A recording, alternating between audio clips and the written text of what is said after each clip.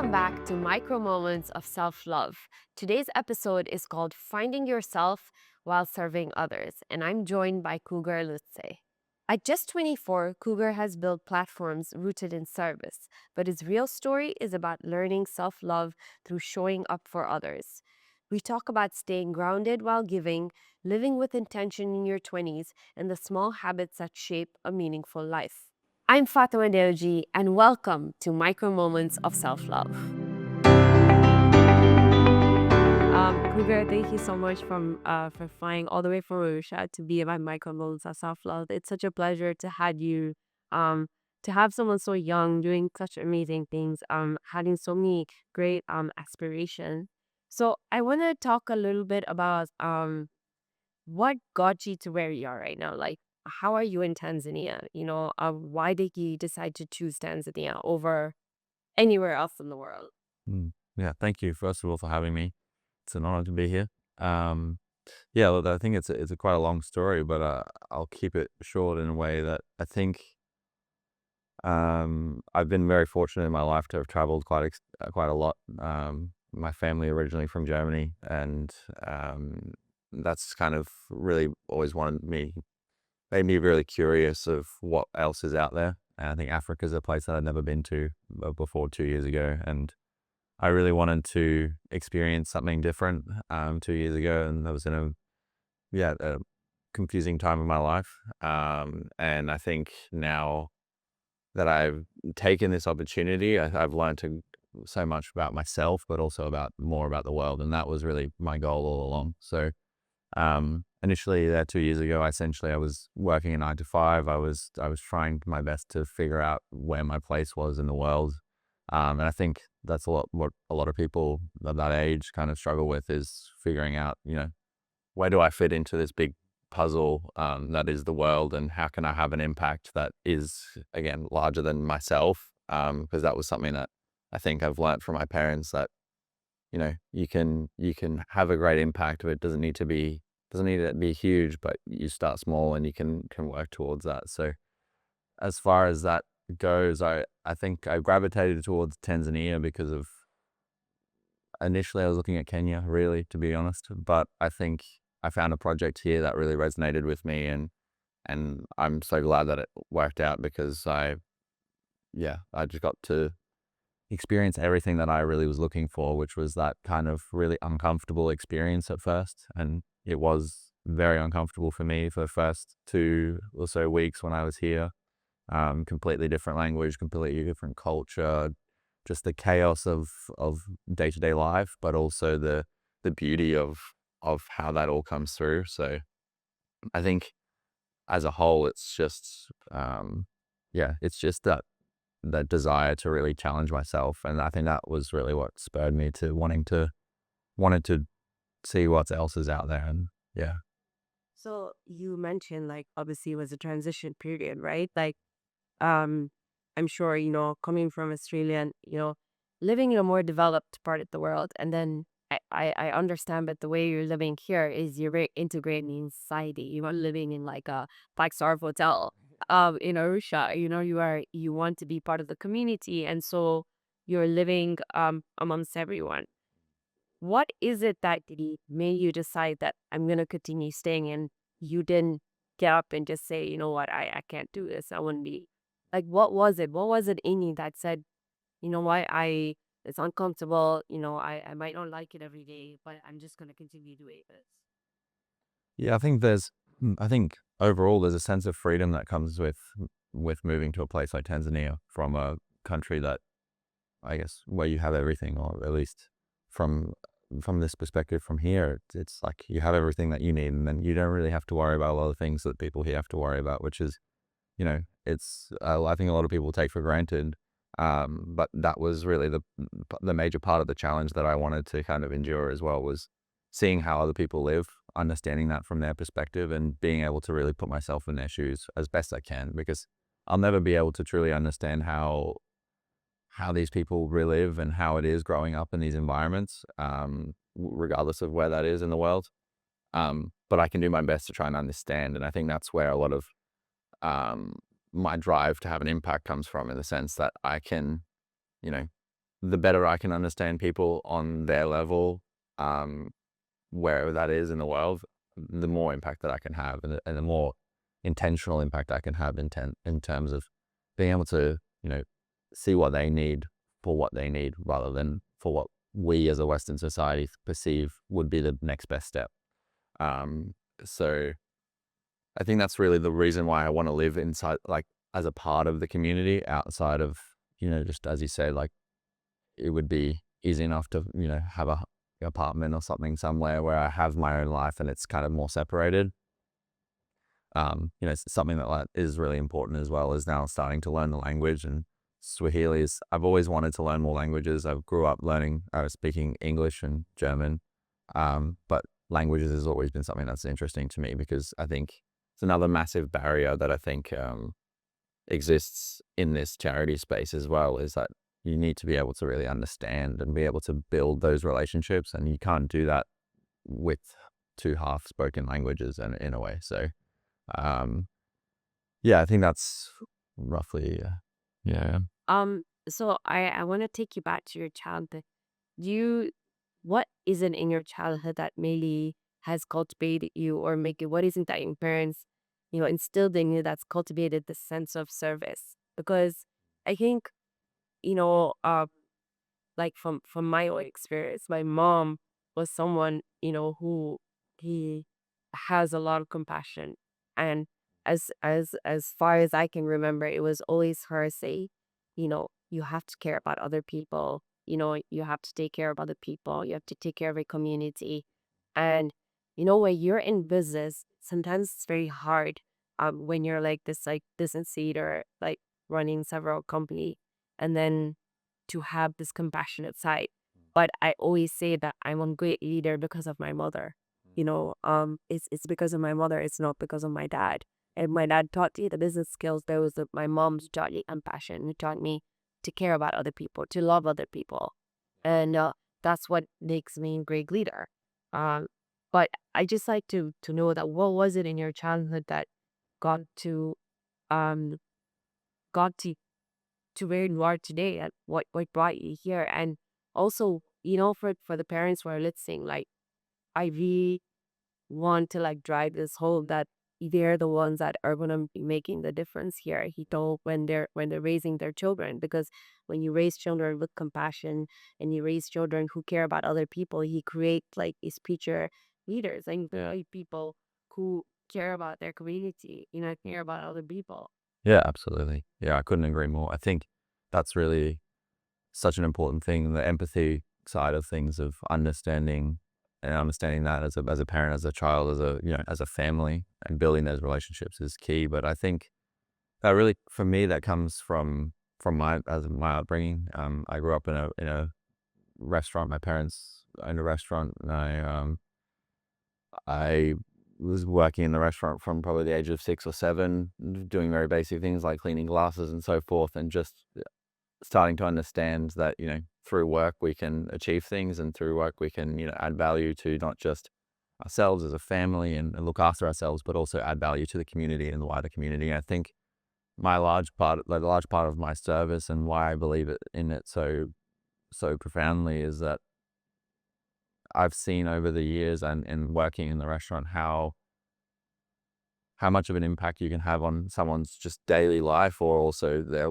wider, their wider, their future. Yeah, exactly. So I guess, that's a big part for me, because I think being of service, and I often take things quite literally, in a sense that, like, the service component of hospitality is something that just brought me a lot of joy, because I know I could, you can look after someone, you can really care to their specific needs. And it's actually, for me, it was always a really fun challenge, because every customer is completely different. Every person has different needs. They have, whether it's dietary, or whether it's, they can't sit, or they need a wheelchair, or they need a high chair for a baby, or whatever it is, like tailoring an experience to a specific person and their needs, and making their experience as best as you possibly can. Because at the end of the day, like, as a family, we were relying on these people to come back.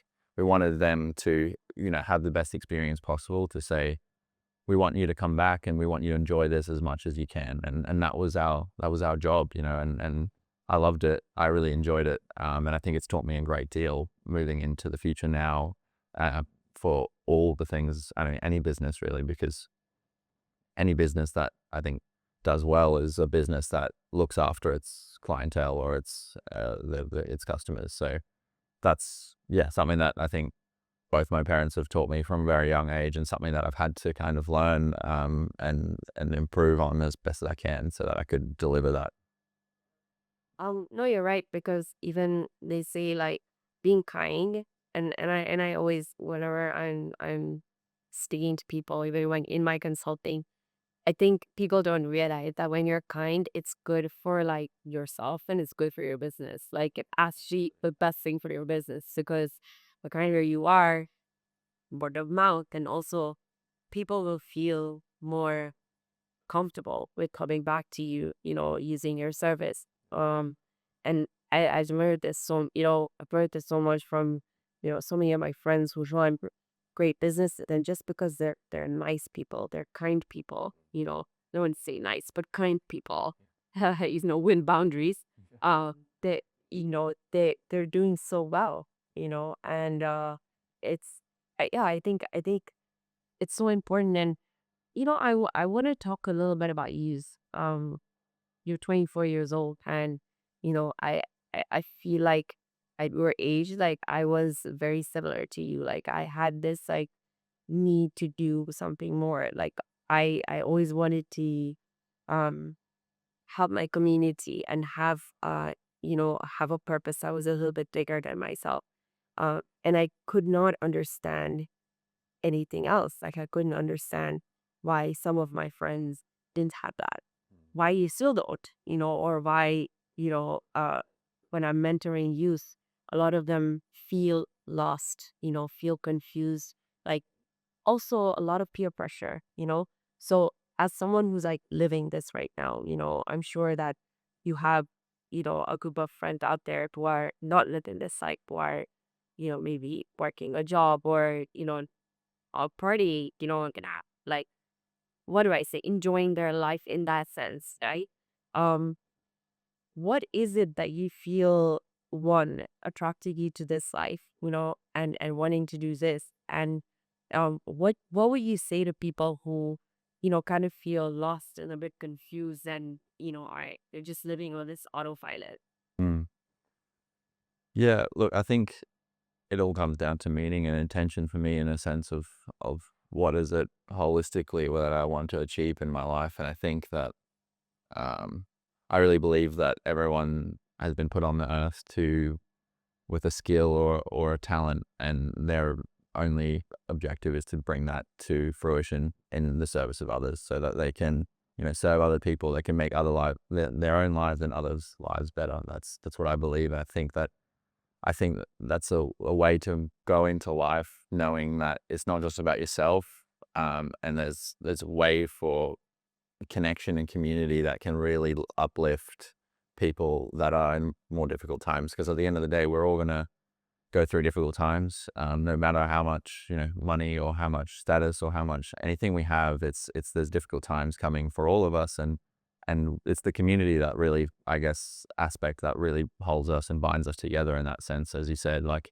having good friends and having friends that truly support you for the values that you hold, that's for me is one of my, like, the most valuable things for me in my life. Having a partner that really trusts and supports me 110%, that's massive. And having friends that have always been there to support me, whether it's trying this thing or doing this thing or doing that thing, that's massive. And obviously my family from day one.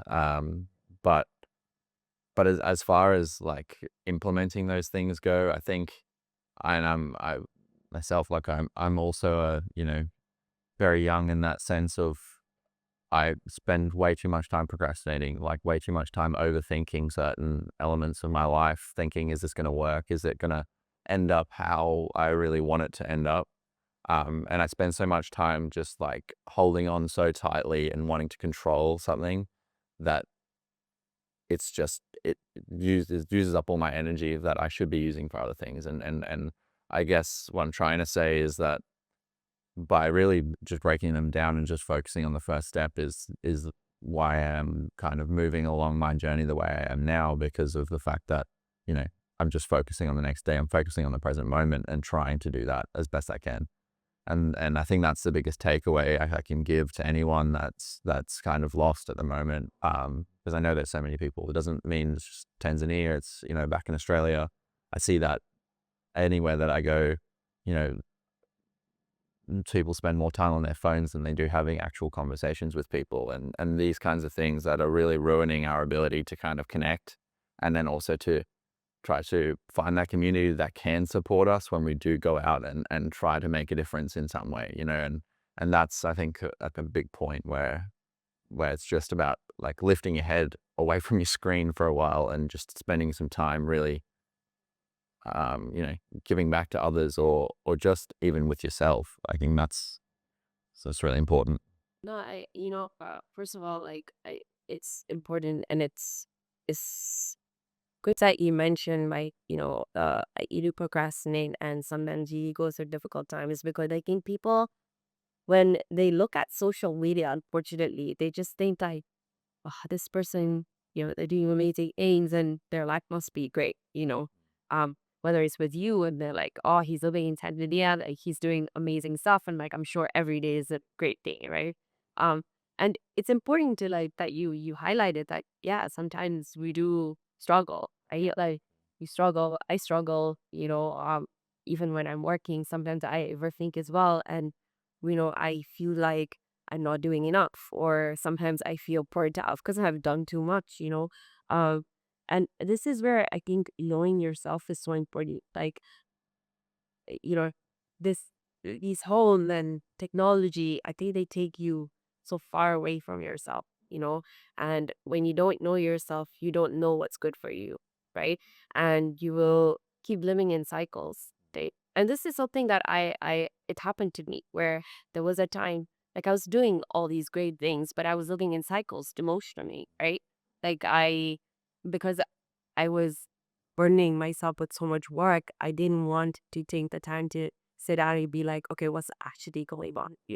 So I think, for youth, it's so important to take that time, even if it's tough, like to just get to know who you are, like what do you enjoy doing. And I like one of the most frequently asked questions I get, if I don't know what my purpose is, I don't know what I'm passionate about. And I always tell them, like, focus on building yourself, right?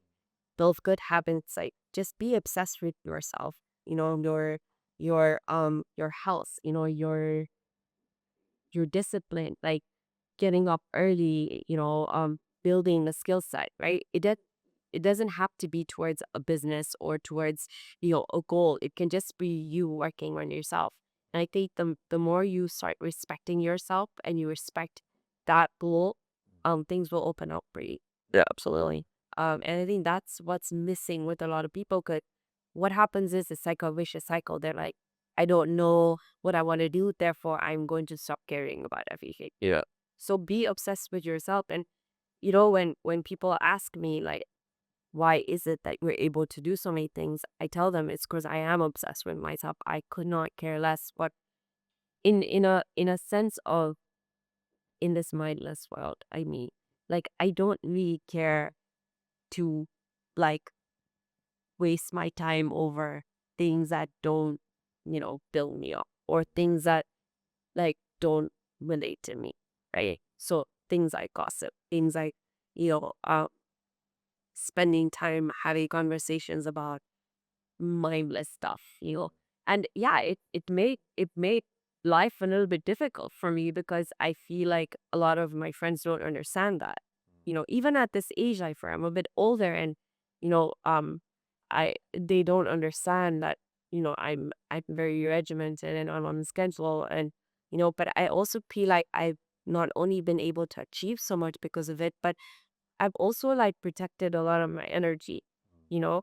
I think if you are not careful with the kind of people you hang out with and the kind of mindsets around you, it's actually going to you are the people you hang out with, Yeah. you're going to start becoming negative. You're going to start. I had to like very, very purposely, like, you know, like um, start like disassociating with certain uh groups of people, and disassociating with certain mindsets, and it was nothing personal. It was just, I knew where I wanted to be, and that was not aligning with you know, and I think a lot of people are scared to do that because they feel they're going to be alienated, right? It's lonely. Sometimes when you're working towards this goal, it's lonely, so you're on your own, and you're not, on the one hand, yes, you have a great community of people who, you know, you want to help, and he feel are around you. But then on the other hand, you feel like, oh, because I'm not this herd mindset, I'm not part of it anymore. It becomes very tough, you know. So I think, when I do speak with youth, I always tell them that, like, if you have nothing, your goal right now, just work on yourself, build yourself for now, and then things will start opening up, right? Um, I wanna I wanna talk a little bit about like this family you created here because you told me such amazing stories. So can you tell me a little bit about like your Tanzanian grandfather? To tell me who he is, and what is it that you love so much about him, and a little bit about his life and how he grew up. Yeah, so I met him actually 2 years ago, actually, and I think when I first arrived here, he's he had his small fundi shop, his tailoring business just across the road from the school where I was working at initially, and it just started off as a hello in the mornings, and starting to learn the language, starting to just greet people, um, and that then turned into, him inviting me over just for a tea or a mandazi or something like that, just to say hello, really. And I think from there, I really started to feel into the energy that he was putting out into the world, and I think that was really what, like, why we attracted so profoundly, because to me now he's like a true grandfather in a sense that, and also a massive part to why I feel so comfortable being in Tanzania for as long as I am, and taking the time to live here, because I feel as though I have, genuine people that care for me just for who I am, and not just because of the service or the work that I do here. And that's really important to me because of obviously the family values that I grew up with. So he's been a massive part of the reason why I've been able to kind of integrate myself further into the community and also feel comfortable here. But look, he's just a normal, normal Tanzanian man, as you would find in many places around this country. He's massively religious. He cares deeply about other people, and I think again we're just aligned very well on values in that sense. And even though we can't, have a fully fledged conversation, because he never really got an education, he's actually told me last week the only reason he can speak English is because, a lot of his friends were highly educated. So he's tried to pick up as much as he can from them over the years, but he finished school at like the age of 12 or something like that. So, he never really had the opportunity to do that himself. But just as a person with that energy, I think when you meet people along your own journey where you really have that feeling that this person is someone to hold on to, yeah, you just have to you have to hold on to them. There's no other way, and he's definitely one of those people for me where, um, regardless if I can have a long conversation with him or not, it's just a meaningful relationship because of the fact that I just feel like part of his family. And you know this relationship has now gone into me. I'm sponsoring his nephew, his grandson, so his youngest son. He went to the school that I was working at initially 2 years ago, and I'm supporting their family by paying for his education, because I wanted to find a way to help him. And last year, I decided also to do a fundraiser for him, because his financial situation is that of many families around Tanzania, and that of many, members of the community that are just struggling. But again, it's not that I obviously can't do that for everyone in this country, but for someone that makes me feel like I have a family here in this country, it's really important to me to let them know that I also value them and appreciate what they do for me. Because I think what they've given me, I can't give them in return, and then vice versa, I guess, in a way. And that's where each individual's value comes from. It doesn't have to be, you know, equal, I guess, in a sense. So no, it's crazy because imagine just a few years ago, like who knew would be like halfway across the world, like, so part of this community and so close to like, you know, like basically like to have another grandpapa here. It's amazing how life works out when you open your mind, and I think as well. Don't take risks sometimes. Get out of your comfort zone. Uh that I think it's tough for people. It's tough for people um to change direction and do something different. And I think maybe I don't know if I'm right, but maybe with you when you were feeling the sense of like void, you decided to take that and to say, hey, I want to be something about God, get out of my comfort zone and explore the world. And I think that should be the driving force. It doesn't have to be go across the world, come to Tanzania, but it can just be do something that's beyond yourself. Stay. Even even when you feel depressed or you feel a bit low, they say that in order to feel better, like go and help someone else, because that's always gonna like you know Yeah. uh Get out of your own head. yeah. Yeah, absolutely. uh so I wanna talk a little bit about what is your what where you see yourself like in the next 5 years. What do you want to do here in Tanzania, in Arusha? Like what kind of community are you trying to build? Hmm.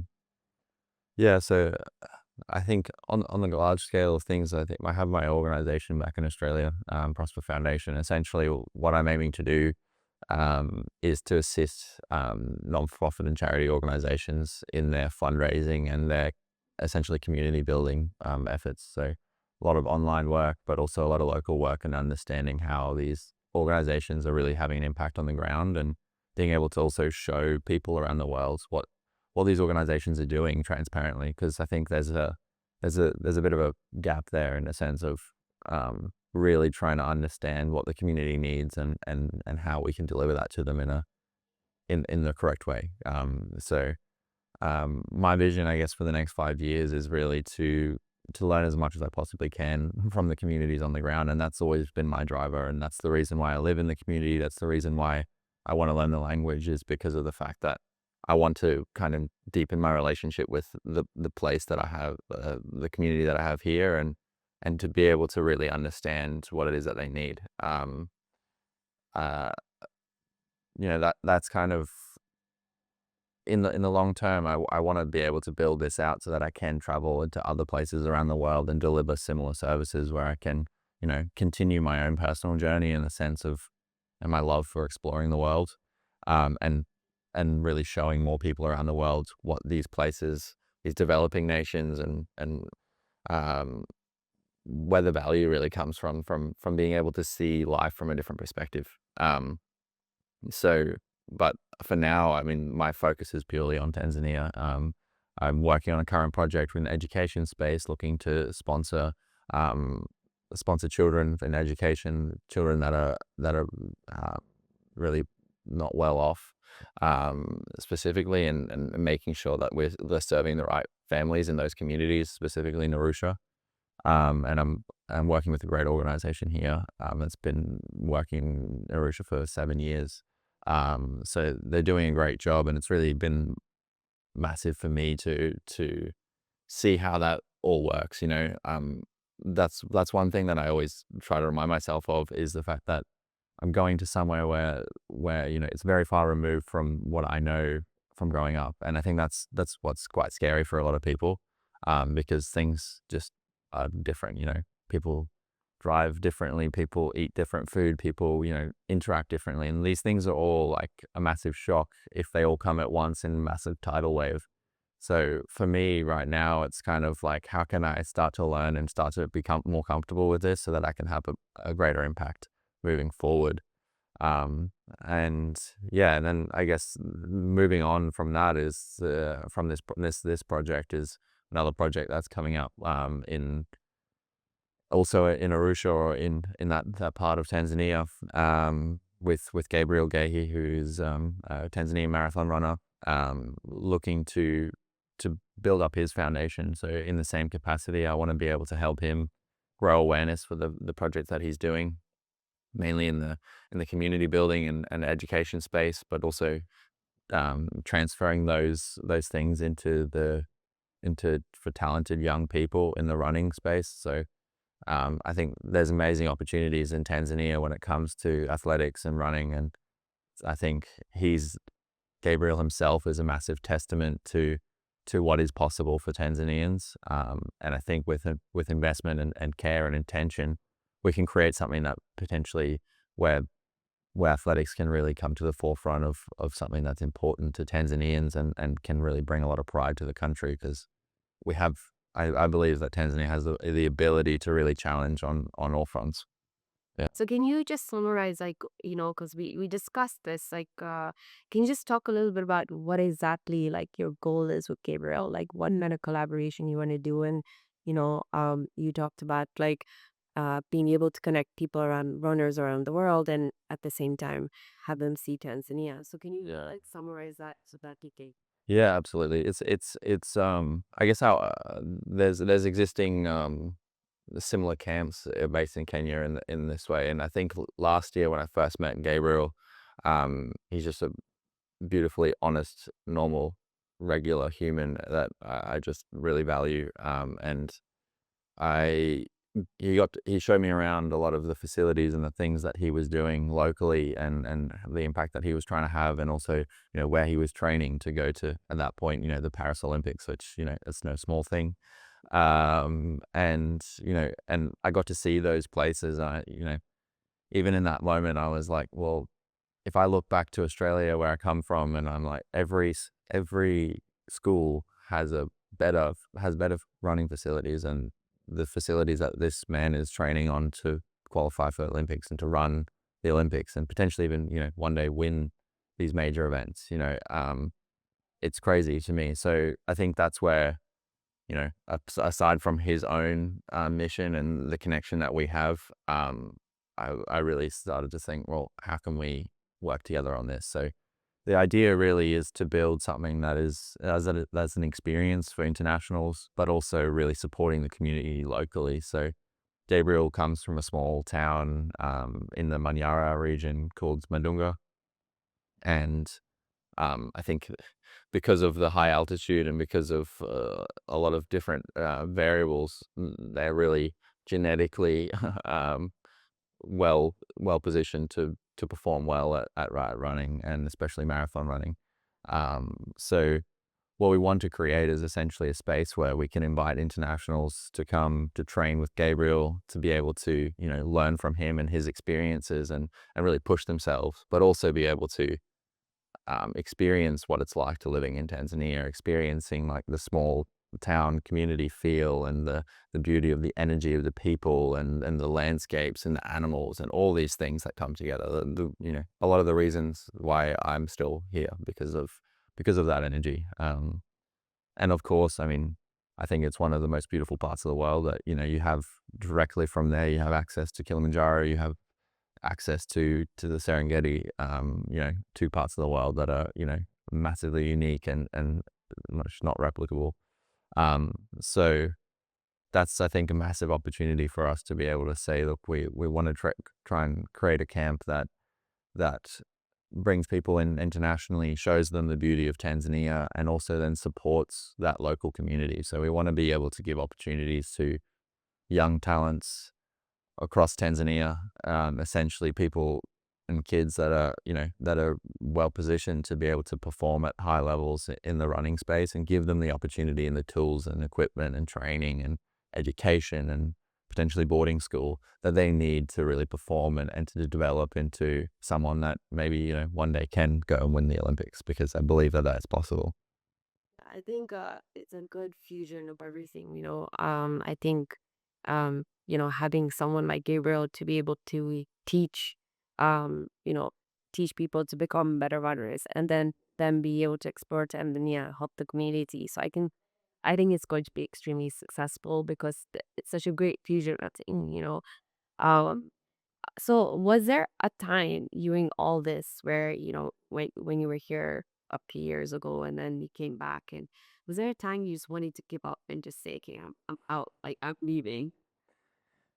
Yeah, I think so. I think most of those times really came to me when I wasn't here, like when I was back in Australia. It's been undoubtedly is there's been some difficult moments throughout the process, and I think the very hard part for me, especially in the last 2 years, has been this kind of life of coming here, going back home, trying to make some money to then essentially go back again and to further that vision. And that's kind of flipping back and forth between what feels like almost two lives, having to work a job that not is not necessarily helping you directly in what you want to be doing and that, but also I think in hindsight it's also giving me the time to really figure out what it is that I want to do.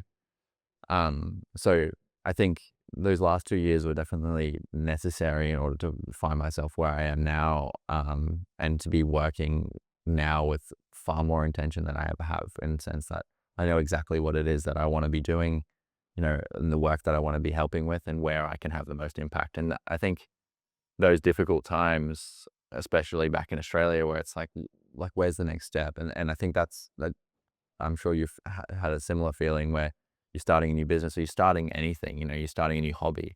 You kind of like, I don't really know where to go with this. And I don't really know what the best next step is. But I think that's not the point. I think the point is try and keep the momentum flowing. And it's much easier always to, in my opinion, it's always much easier to pivot momentum, but it's much harder to start building momentum. So as long as you can keep that momentum, you can always adapt and you can flow and keep it running.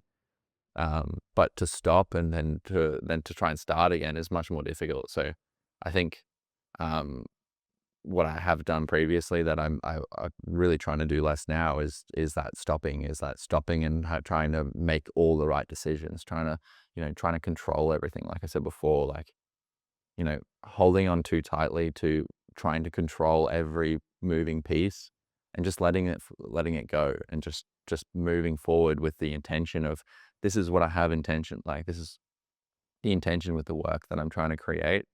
And just wanting to, do the best that I can in a given moment and not trying to over control everything. Yeah. So you talk a lot about living with intention, which again, as a 24-year-old, like I think, that word is just like, I think people just don't even know what living with intention looks like. And obviously not it. I think the world has made us um live in a way where we're so much on autopilot that the intention is thrown out the window, you know. So what does living with intention mean to you? And how do you make sure that you're realigning with your intention? Because you, you wake up in the morning sometimes and it's very difficult. So how is it that you realign, or when you're back in Australia, like, you're back with your friends, you're back in with your family, and now all of a sudden you're like, no, actually, I have to go back halfway across the world, or on the other side of the world, and now I have to you know, go back to what my intention was. What does that look like? Yeah, look, I think maybe people overlook that it's like that for everyone. Like, not everyone wakes up every morning, okay, no, I need to do X, Y, and Z. Like, obviously, you can organize a certain part of it, but at the end of the day, I think that intention is always kind of growing and waning in different times. And as is anyone's confidence, anyone's kind of energy levels, they all have this kind of, they're all connected in a way that, as the best that you can align yourself with how you feel. And I believe strongly about, working on energy in a sense, like with my grandfather, when you meet those right people, and you're able to connect on a deeper level, then you really start to feel that it's not as forced anymore. And I think that's really where I've learned to lean into a little bit more, where intention really comes for me, it comes from testing a lot of things out, from being able to kind of go into things without too much fear and just challenge myself and say, look, I'm just going to try this. I'm going to see how it can go. And as best I can, I've grown to go easier on myself and not worry too much about the end result. And be able to just say, look, this is something that's required for me to move forward. You know what? Actually, I'm very fascinated about tiny habits because like, I don't believe they monumental things that might change your life.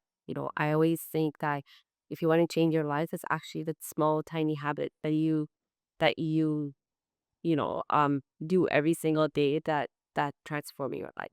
And therefore, the micro moments of self love. So what are some of the tiny habits that you feel have shifted your life? Hmm.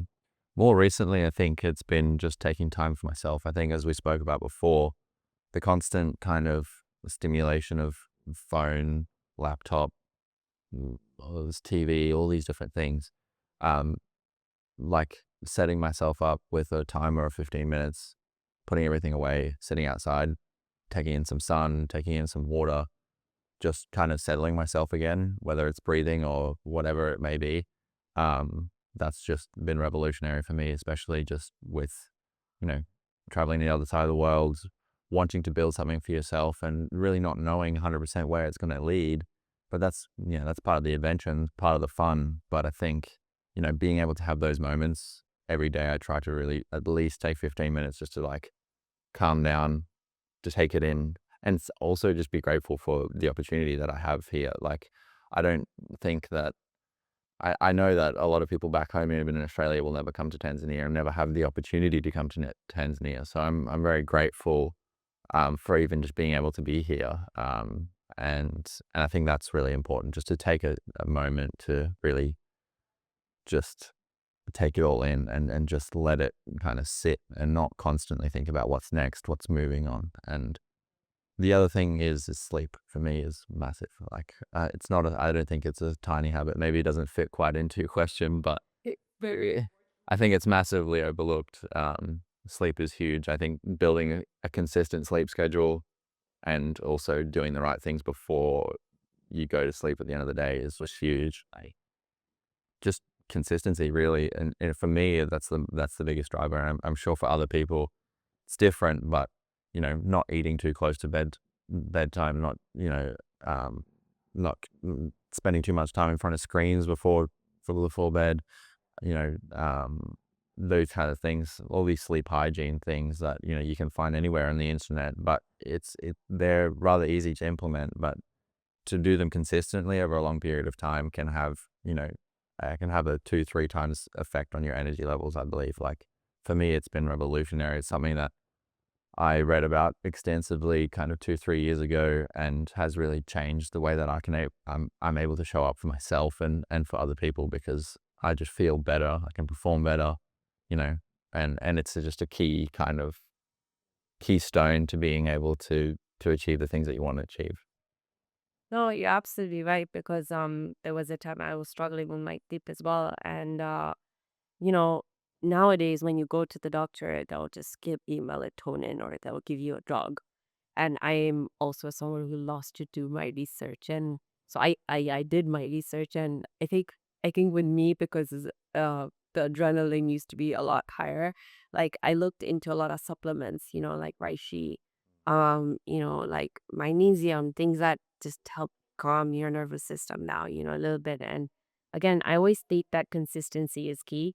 You know, trying to like do it every single day. Even if it's a little bit, like making tiny changes every single day will have a much larger effect on you than like having these huge monumental like changes, overnight. They don't last. Yeah, you don't have to implement it all at once. I think even just starting with the consistency of, how many hours do you need and when is that going to be, and really trying to stick to that. That's like, I think for me, that was the biggest change. And then again, like supplements and these things and everyone's case is different, and some may be massively helpful, for others it may not. But I think it's probably not the first thing to focus on. I think people get consumed by what can I purchase or what can I add, but what can I add to then kind of make it easier for me and kind of almost try and take a shortcut in a way.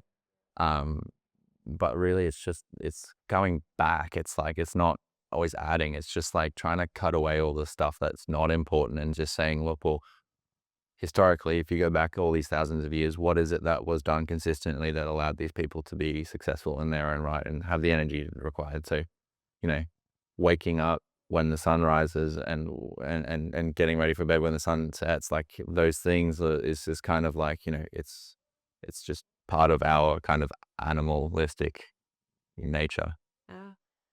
And you mentioned something about um how like this deduction, like and we talked a little bit about living like very minimalistic lifestyle, um which in a very consumer centric society is so difficult, right? So you talked a little bit about how you sold all your stuff and like now you just have a little of your, um why did you decide to like take that leap? Like, and do you think it's actually made coming back and forth to Tanzania so much easier for you because now you don't even have much. This minimalistic lifestyle that you live in, I was wondering if it's actually made it easier because today if I wanted to move, right? Mm. Like unfortunately I'd have to think about so much stuff Mm. that I have to like carry with me, what I have to, and it actually makes like your journey a lot harder, when you have so much stuff because you have so much more responsibility over Yeah, your stuff, right? absolutely. Yeah, I think that's so valid. I think why I did that myself is because it's freeing really, and I think that's a massive part why love Tanzania as well, and Yeah. traveling is because it's freeing. It opens your mind, makes you think differently. It forces you to have different habits and try different things. Um, and yeah, I think it's all about for me. It's all about subtraction rather than addition. I think this consumer society has kind of led us to believe that if we have, you know, this phone and that car and these supplements and this lifestyle, and we can constantly add more, then we can live a good life. But I think really, it comes more down to what are you willing to sacrifice in order for those one or two, three priorities that you really have to shine. Because I think whether you're, whatever it is, whether you're decorating your home, you can't have everything be a a priority. You can't have artwork there and this there and music playing, everything and everything being important. It's about right curating, what is important to me and give it the space in order to shine through and really say, look, well, I can see that that's important to you. So I think that's where that decluttering really comes through for me in that minimalistic lifestyle because by cutting out as much as I possibly can, I'm able to more authentically be myself and I guess more freely be myself in the sense that I can kind of go and, as you say, kind of travel back and forth without having to worry too much about other things. And of course, I think the older that we get, the more difficult that becomes because of the fact that, you maybe have a partner, a family, dogs or whatever it is Yeah. that rely on you and responsibilities. But I think often the decision-making process of those things is maybe not long-term enough in order to say, well, what does that mean for me for the next few years? Because I think the more that we add, the more kind of safeguarded we make this cage that we're forming for ourselves. Because they're all things that are you know whether we like it or not, tying us down to a specific location or a specific job or a specific set of criteria. So it's just been able to free me from what I knew and I'm being able to also curate those things and and just also just take the value in them. And, as you said, like selling that stuff has now allowed me to then essentially move those funds and that impact into other things in my life that I now care about more. And yeah, just focusing back onto those one or two or three things maximum that really are important and not letting outside voices really cloud that judgment. Mm. No, I really like what you said about this deduction. I think that that also teaches you so much about yourself because when you don't have all this stuff and you don't have all these like this prison, you start to actually figure out who you are, it's something that I'm working on. It's something that like it's it's difficult, because you accumulate all this stuff and then it becomes part of who you are, and then you're like, what am I without it? But I think that's the whole point, right? The less you have, the more you actually it's you. And then you figure out who you are, and you start living like that, It every 20-year-old was watching this podcast, like what would be one piece, what would you want to say to them, or one piece of advice you would have for them? Yeah, I think for what I feel like I needed to hear myself, um, just slow down and enjoy it a little bit more. I think that's something that I think we're almost told that it's really time to always work and find your thing and do it, and you're comparing yourself to people that are years and years ahead of where you've been, and they've gone through their struggles themselves. I think the 20s aren't for just racing to the end. I think the 20s are really just about trying to build your own character, as you said before, as well as working on yourself, figuring out what you want from life, and figuring out how you can best move forward in that direction with intention. And yeah, again, cut out the things that you don't need, because the more you can do that, the more space and love that you create for the things that are important for you. Yeah. No, I completely agree. I think, if I could go back, I would. Now that I have, you build up all these accolades and whatever, but I would slow down. If I could go back, I would definitely slow down, and I would enjoy my life a lot more for myself, you know. Um, and I think that that's something that I am working on now, but it's very difficult to rewire, that into yourself. Um, but thank you so much for coming to Micro Moments of Self Love. I think, I wish you all the best. I think that you're going to become very, very successful, because one of my professors, he said something to me that has stuck with me. And he was a business professor. And when you're at Georgetown and you're amongst like these sharks, okay, who are all like, I want to work on Wall Street and make like triple digits, he said something that has completely changed my life, that I've taken with me. And he said that if you want to be successful and you want to be happy, have a purpose that's greater than yourself and make a difference in the lives of other people, you know? And I think that's exactly what you're doing. So you're not only going to find the success, you're also going to find the happiness in that. So yeah, keep it up. And I just wish you all the best. Thank you so much for having me. I appreciate that.